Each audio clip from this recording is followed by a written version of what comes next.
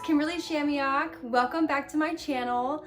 I am so excited about the video that I have for you today. It's a part of my new series that I'm going to be talking about, kind of walking you guys through my pregnancy and all the things that have to do with that. This is kind of a pre-pregnancy video. It's talking about how we found out that we were pregnant and kind of the little story behind that. It's pretty crazy. If you don't know, this pregnancy was unexpected for us. We were actually planning a wedding and we found out that we're having a baby, so we ended up rushing our wedding and getting married at a courthouse, and we're going to put off our big dream wedding till next year. And we're gonna be now having a baby. So this year, instead of focusing on my YouTube channel about all wedding planning, I am now gonna be able to divide my time up to wedding planning and baby planning. So it's pretty exciting.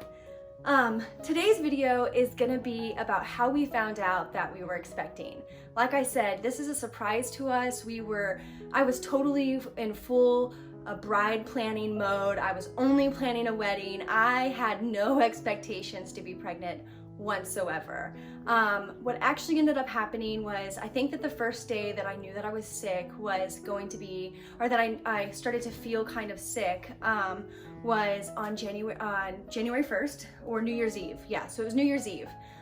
We had plans to go and hang out with some of our friends, and we actually ended up having to cancel because I just was not feeling well.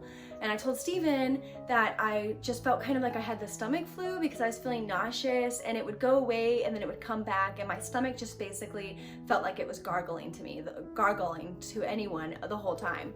I wasn't able to really eat or anything, and so when I looked up all my symptoms online, it said pregnancy, but I wasn't even thinking about that, but it also said stomach flu. And that made kind of sense to me. My sister had just had the flu, so I was thinking maybe there was some way that they were connected. So I was convinced I had the stomach flu. Fast forward a couple of days later, the issue is still persisting. I'm feeling kind of sick. It would go away, but I'm like steadily throwing up throughout the day, and so I'm convinced it's still the stomach flu because I'm throwing up all day long. And now I had feelings of being nauseous my first pregnancy, but it would be like once in a day and then it would go away. This was like all day long, which is another reason why pregnancy was not at the top of my brain. So we ended up, I think it was that Thursday or Friday, I was at work and I ended up going into the bathroom. It was early in the morning and I threw up, and I noticed that there was blood in my throw up. And now everything I'd been reading on Google said that if you had the stomach flu, there wasn't really a point to go to the doctor because there's no medication they can give you. You just have to kind of get better. But that if you started to throw up blood, you needed to go to the emergency room or the doctor like immediately. So I call Steven and I'm like, hey, I'm throwing up blood. I think this could be a little bit more serious than we thought.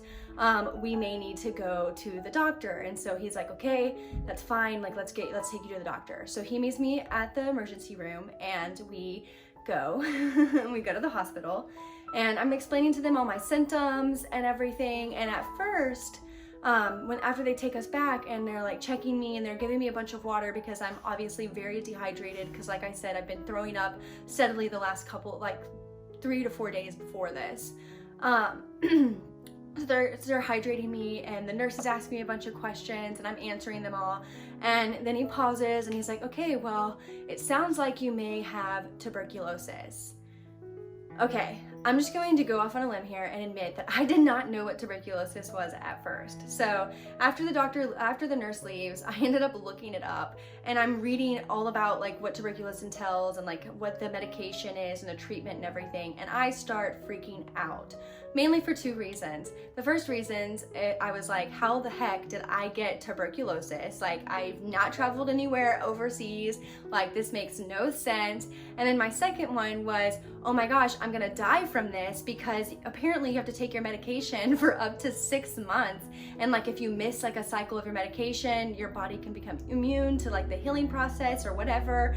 I don't really think I had a full understanding of it based off of my 10-minute Google search, but I had enough enough of an understanding to start freaking out in my head. So I'm like, I'm dying, holy hell, what are we gonna do? So we kind of worry for a couple of hours in the emergency room, kind of in limbo, not really sure what's going on, because the nurse had just said maybe tuberculosis, we'll have to run some more tests. So we were waiting to run more tests, and we told our parents, obviously my parents and my in-laws, about what was going on. So they're all worried about us at this point. And it's been kind of a while. We got to the emergency room at noon, and we didn't, around 11:30, and we didn't find out that any details about what was really wrong with me until about 4 o'clock.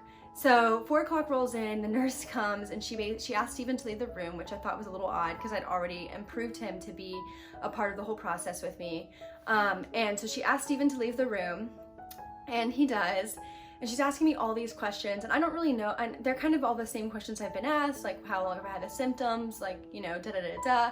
And so I'm answering them, and she had asked me one question, and I don't know what the question was exactly, but in my response, I answered that I had a son. And so as soon as she heard that I had a son and that I already had a child, you could see like a wave of relief cross over her face. She's like, oh great, you have a child already? She's like, well, we know what's wrong with you. And I'm like, okay, like what? Like, still has not dawned on me that I could be pregnant. I'm like, oh, okay, well, like, what's wrong with it? Tell me what's wrong. It's not tuberculosis, right? And she laughs and she says, no, it's not tuberculosis. And she goes, you're pregnant. And I swear, I just kind of like stopped. And I was like, oh no, I'm pregnant. Holy heck, I'm pregnant. Oh my gosh. So I kind of registered that for a second. I'm giggling, and then I'm like, well, can Steven come in? I'm like, he's definitely the father. And she's like, yeah, of course. So he comes in, and like I tell him, and he's ecstatic because he's just loves being a dad and couldn't imagine our family getting any bigger. And so I tell him, and of course we're both relieved that I don't have tuberculosis, and we're still trying to register the fact that we're having another baby. It's totally insane, you guys. So that's basically my story of how we found out we were pregnant. We were the couple that had to go to the emergency room for them to tell us that we're pregnant, because for some reason in my mind, I was convinced that I had to have anything else wrong with me than to be pregnant.